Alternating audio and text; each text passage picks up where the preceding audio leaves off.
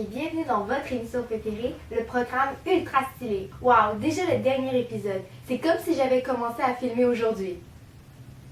Mais là, j'arrête de faire des blagues parce qu'aujourd'hui, on parle d'enjeux sérieux.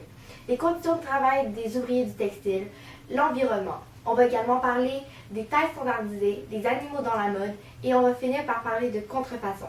Vous êtes prêts? C'est parti? Les sweatshops.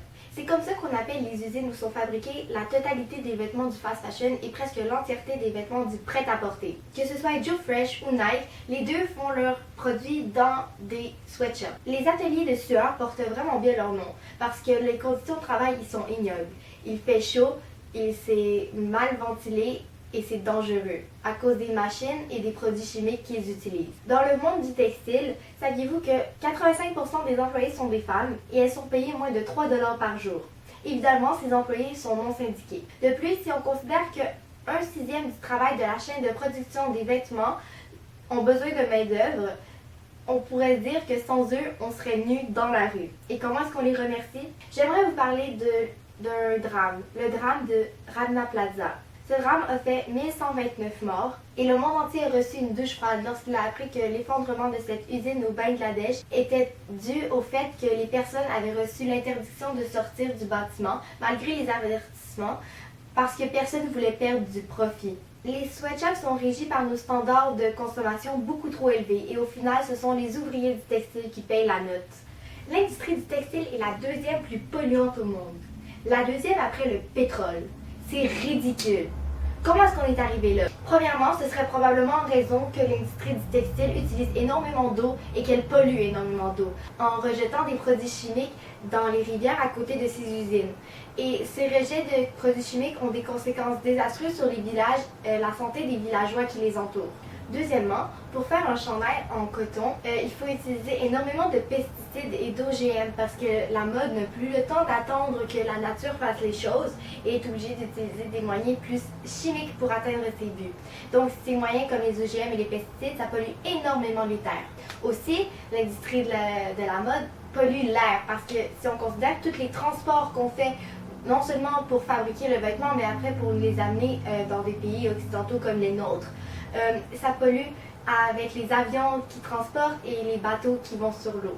L'empreinte écologique qu'on a avec nos vêtements pourrait être réduite premièrement en utilisant de la deuxième main. C'est possible d'avoir une garde-robe stylée en achetant ou en échangeant des vêtements avec d'autres personnes qui les ont déjà mis. Donc la deuxième main, c'est vraiment une bonne alternative. Aussi, si vous avez un plus gros portefeuille, vous pouvez décider d'acheter uniquement des vêtements bio ou bien encore des vêtements qui sont respectueux de l'environnement. C'est une bonne façon de faire sa part pour la planète. Greta serait fière de vous. Je ne sais pas si vous vous souvenez, mais dans un dernier épisode, on avait dit qu'on allait reparler des tailles dans le prêt-à-porter. Eh bien, c'est maintenant. S'il est vrai que les marques préfèrent utiliser comme modèle ou mannequin des personnes grandes, sveltes, musclées, ben c'est pas la réalité du consommateur, enfin, de tous les consommateurs. Regardez-moi, je mesure 1,50 m et je dois encore m'habiller dans la section pour enfants. Maintenant, si je le désire, je peux aller sur internet et aller dans des sites comme Pretty Little Things parce qu'ils offrent de plus en plus de catégories pour de plus en plus de tailles. Donc dans ce site internet, il y a des sections pour les petites, les grandes, les rondes, en plus des tailles régulières. Je trouve ça incroyable que la mode s'ouvre de plus en plus à la diversité corporelle et que ça nous permette d'être stylés même si on a une morphologie différente d'une Victoria's Secret Angel.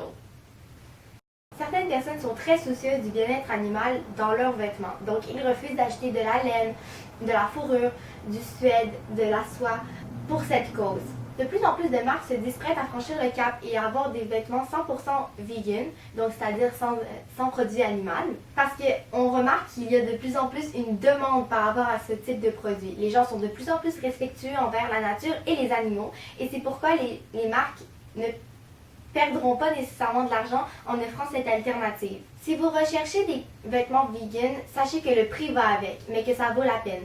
Je vous conseille de rechercher le logo de l'organisme PETA qui certifie que ces vêtements-là sont sans animaux. Sinon, c'est pas tous les vêtements vegan qui ont cette certification. Donc, vous pouvez simplement regarder les ingrédients et la composition de vos vêtements. Quoi qu'il en soit, aujourd'hui on a beaucoup plus d'options par rapport à ça et on peut être vraiment fiers de cette situation. Bon, là il faut qu'on parle. Vous qui regardez mon émission, je vous connais. Vous adorez être stylé, mais vous ne voulez pas payer cher. Avant que vous y pensiez, oubliez ça. La contrefaçon, c'est pas une bonne idée. Alors que les contrefaçons représentent maintenant 3,3% de tous les achats au monde, je pense que plusieurs personnes ne sont pas vraiment au courant des problèmes que ça crée. Premièrement, lorsque tu achètes un vêtement de contrefaçon, tu te fais arnaquer.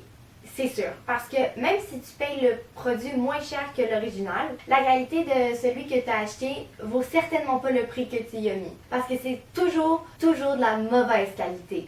Je ne pense pas qu'une fausse paire de Yeezy vaut la peine de payer un repas au chef de la triade chinoise, mais c'est vous qui voyez. Après tout, moi je pense que ça vaut vraiment la peine de travailler fort pour pouvoir se payer un article de mode qui vaut cher, parce qu'après ça, la satisfaction qui vient avec est 2 fois plus grande. Et au final, ça sert un peu à rien de faire le beau label avec des vêtements faux juste pour le logo ou la marque. Et voilà, c'est ce qui conclut notre dernier épisode de l'émission Le Programme Ultra Stylé. Merci beaucoup d'avoir collaboré à mon projet personnel. J'espère que vous allez apprendre des choses parce que c'était vraiment le but de faire cette émission, au-delà du fait de partager avec vous quelque chose que j'aime. Donc, je vous conseillerais de remplir le petit questionnaire que je vous ai passé au début. Et merci beaucoup. Au revoir.